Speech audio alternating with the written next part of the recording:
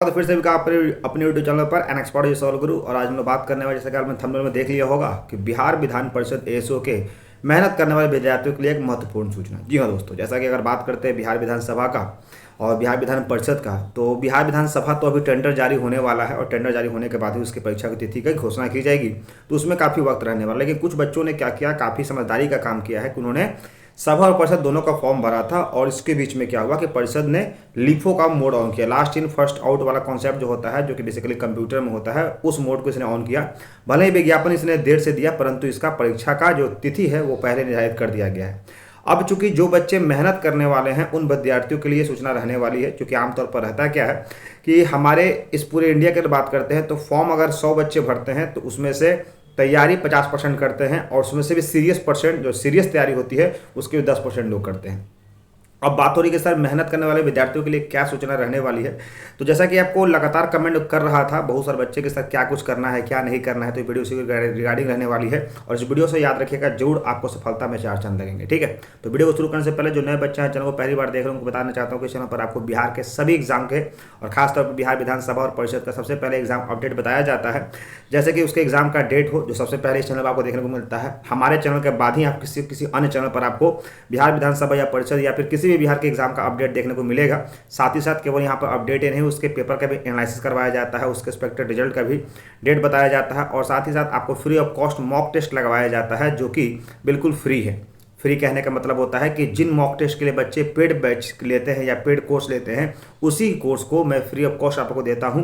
और इससे पहले मैंने बिहार विधानसभा और परिषद के टोटल 7 से 8 मॉक टेस्ट लगवा दिए हैं। अगर आपने उस मॉक टेस्ट को नहीं देखा है तो जाकर एक बार लेवल जरूर चेक कीजिएगा। और उन मेहनती बच्चों के लिए जो मेहनत कर रहे हैं, उसका लेवल ऑफ जो क्वेश्चन है वो कैसा रहा है, उसमें जो लेवल ऑफ क्वेश्चन आपको देखने को मिलेंगे वो बेहतरीन। अगर जो बच्चा मेहनत करने वाला वो समझ जाएगा कि उसका लेवल क्या कुछ रहने वाला। जो बच्चे पेड बैच में उस लेवल को लेते हैं, उनको उस लेवल को मैंने फ्री ऑफ कॉस्ट आपके दिया है, ताकि किसी भी तरह की समस्या आपके सफलता में बाधा ना बने। ठीक है, अब बात करते हैं कि सर क्या वो महत्वपूर्ण सूचना है। तो महत्वपूर्ण सूचना सबसे पहले ये है कि अब आपके पास कह सकते हैं नियर अबाउट 23 तारीखों का एग्जाम है, और आज 9 तारीख हो गया है, संडे है। अब बात ये हो रही है कि सर आपके पास आखिरी जो है वो 12 से 13 दिन बचे हुए हैं, इसमें क्या कुछ करें।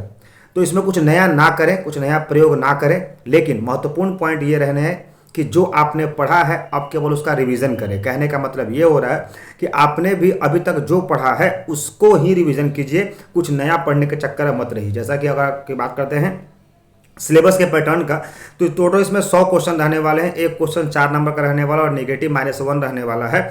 बात करते हैं अगर फॉर्मेट ऑफ क्वेश्चन की, तो उसमें 40-30-30 का फॉर्मेट रहता है। 40 में जीके जीएस रहता है, और 30 में आपका प्योर रीजनिंग रहता है, और 30 में आपका साइंस और मैथ कॉम्बिनेशन रहता है। अब एक बच्चे का जो सटीक रणनीति होती है, वो आखिरी रणनीति क्या होगी।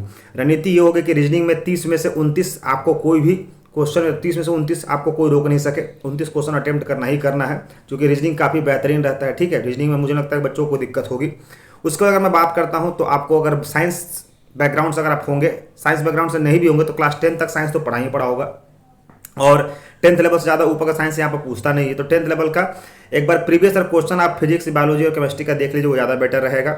और मैथ जो अगर आपका वीक है, तो मैथ वीक है तो कम से कम बेसिक जो मैथ है वो आपको पता होनी चाहिए, जैसे time and work, percentage, discount, ये सब थोड़ा देख लीजिएगा। और जीके जीएस के लिए मैं बात करूँ तो हमने अपने नए यूट्यूब चैनल @exambag, जी हाँ दोस्तों, @exambag EXAMBAGH @exambag पर क्या किया है कि आप लोगों को 1000 क्वेश्चन का एमसीक्यू दे दिया है। तो अगर आप हमारे चैनल पर नए हैं तो उस चैनल पर जाकर के आप 1000 एमसीक्यू को रिवाइज कर लीजिए। साथ ही साथ सबसे इंपॉर्टेंट चीज़ कि सर लगातार कम से कम एक मॉक टेस्ट तो फुल जरूर लगाइए, एक फुल मॉक टेस्ट जरूर लगाइए, क्योंकि फुल मॉक टेस्ट लगाने से 2 चीज़ आपके अंदर निखरेगी। पहला, आपको 2 घंटे डायरेक्ट बैठने की, जो सिटिंग पोजीशन बैठने का आपका आदत हो जाएगा, क्योंकि आमतौर पर बच्चे अभी जो पढ़ते हैं तो कभी 1.5 घंटे, 2 घंटे, आधे घंटे पढ़ते हैं। तो अगर आप फुल मॉक टेस्ट लगाते हैं तो 2 घंटे आपको सिटिंग जो है वो आपको कहीं ना कहीं सिटिंग का आदत हो जाएगा। आप 2 घंटे बैठ सकते हैं, 2 घंटे अपने मस्तिष्क को बिल्कुल झोंक कर रखना है। आपको आसपास क्या और उससे कोई मतलब नहीं होना चाहिए। दूसरी चीज़, अगर आप मॉक टेस्ट उस समय लगाते हैं 2 घंटे, तो मॉक टेस्ट का एनालिसिस जो है वो हमेशा या तो रात में कीजिए या फिर दिन में कीजिए। यानी ऐसा नहीं कि आप एग्जॉस्टेड रूप से आपने मॉक टेस्ट लगाया और आपका नंबर कम आया तो फ्रस्ट्रेशन में आप एनालिसिस कर रहे हैं। अक्सर लोग फ्रस्ट्रेशन में गलतियां करते हैं, ये विधि का विधान रहा है। आमतौर पर इंसान गलती तभी करता है जब या तो फ्रस्ट्रेट रहता है या तो जल्दीबाजी में रहता है। लेकिन यहाँ पर अगर आपका मार्क्स कम आएंगे शुरुआत में तो आप फ्रस्ट्रेट हो जाइएगा, तो उस समय कभी भी पेपर का एनालिसिस मत कीजिएगा, यानी आपने जो टेस्ट दिया उसका एनालिसिस मत कीजिएगा। टेस्ट एनालिसिस या तो रात में कीजिए, नहीं तो अर्ली मॉर्निंग आप टेस्ट एनालिसिस कीजिए, क्योंकि टेस्ट एनालिसिस से आपके पास 3 चीज़ें निखरेंगी। पहला ये निखरेगा कि आपने जो क्वेश्चन बनाया उसका सही आंसर क्या है। दूसरा, उसके साथ साथ अन्य विकल्प को भी आपको पता चलेगा कि इसका विकल्प किस में होता है। और तीसरा कि नेक्स्ट टाइम अगर ये क्वेश्चन आएगा तो आपसे फिर से गलती नहीं होगा। ठीक है, तो ये रहा उन मेहनती स्टूडेंटों को महत्वपूर्ण सूचना जो कि उनको आखिरी 13 दिन में करने चाहिए। हालांकि अगर आखिरी 7 दिन की बात करते हैं तो आखिरी जो 7 दिन होगा उसके लिए मैं लगातार 7 मॉक टेस्ट लेकर आऊँगा।